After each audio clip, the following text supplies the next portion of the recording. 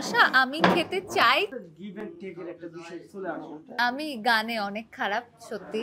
আমি কেন আসতে যাচ্ছি না, আমার কাছে লাইফের মিনিংটা যদি আমি বলি সেটা বিএমডাব্লিউ কিনা বা একটা বড় ফ্ল্যাট কিনা না, আমার নিজের সাথে নিজের পিস থাকাটা, শান্তি থাকাটা, আমি খুশি আছি কিনা সেটা আমার কাছে বেশি ইম্পর্টেন্ট। এবং সেটা আমি পাই যখন আমি আমার পছন্দের কাজগুলো করতে পারি, আমাকে একটা ভালো জায়গায় বড় পর্দায় দেখতে পারি, সুন্দর একটা কাজের মাঝে আমি দেখতে পারি, তাহলেই আমি খুশি থাকি। প্রেমের অফার পাওয়া হয় কিনা? জি, মিথ্যা কথা বলবো না, পাওয়া তো হয়। মানে সেগুলো কিভাবে আপনি ম্যানেজ করেন? ম্যানেজ করি বলতে আমি আশা করি খুব সুন্দরভাবে ম্যানেজ করি এবং অপর মানুষকে বোঝানোর চেষ্টা করি। যদি আমি পছন্দ করি তাহলে তো ওয়েলকাম, যে হ্যাঁ আমরা কথা বলতে পারি, আর না হলে আমি জিনিসটা ওখানেই ডিক্লাইন করে দিই। সময় বের করা আসলেই টাফ। মানে আমি যখনই সময় পাই বলতে পারেন যে আমি ঘুমানোর দিকে ফোকাস দেই, যতটুকু সময় পাই আমি যাতে ঘুমাতে পারি সেটার দিকে ফোকাস দেই, আর বাকিটা টাইম ম্যানেজ করা হয়, কাজ করা হয়।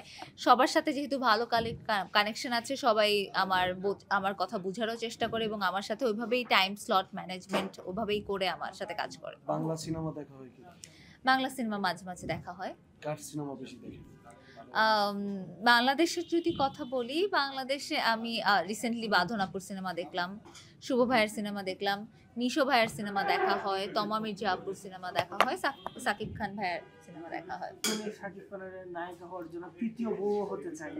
হ্যাঁ হ্যাঁ, আপনি কি সাকিব খানের সঙ্গে আইটেম গান নাচের ইচ্ছা আছে কিনা? গিভ এন্ড টেক এর একটা বিষয় চলে আসে, যেটা সিন্ডিকেটের মাধ্যমে হয়ে থাকে। বিশ্বাস করুন আপনি নাকি ভয় পান? একটা শেষে আপনার একটা গান শোনাবেন আমাদের। গান তো শোনাতে পারবো না। সিন্ডিকেট যদি আমি বলি, আমি বিশ্বাস করি না এরকম টাইপের সিন্ডিকেট আছে। আমি বিশ্বাস করি কাজ ভালো হলেই কাজ পাওয়া যায়, এবং যে হার্ডওয়ার্কিং, যে কাজে ফোকাস, কাজে প্যাশনেট, তাকে অবশ্যই কাজ দেওয়া হবে।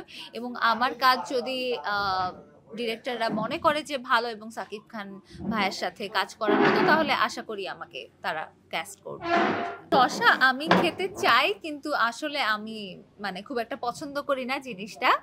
বাট আমি রেগুলার জিম করি, রেগুলার আমার ডান্স প্র্যাকটিস থাকে, এসব করি আপাতত আমি নিজেকে ফিট রাখতে এবং মেনটেন রাখতে।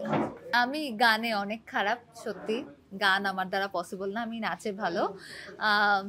আমি জাস্ট একটা লাইনই বলতে পারবো, চোখে লাগে তোর পিরিতের নেশা ও নেশারে। যারা এখন পর্যন্ত আমার গান দেখেছেন তাদেরকে অসংখ্য অসংখ্য ধন্যবাদ।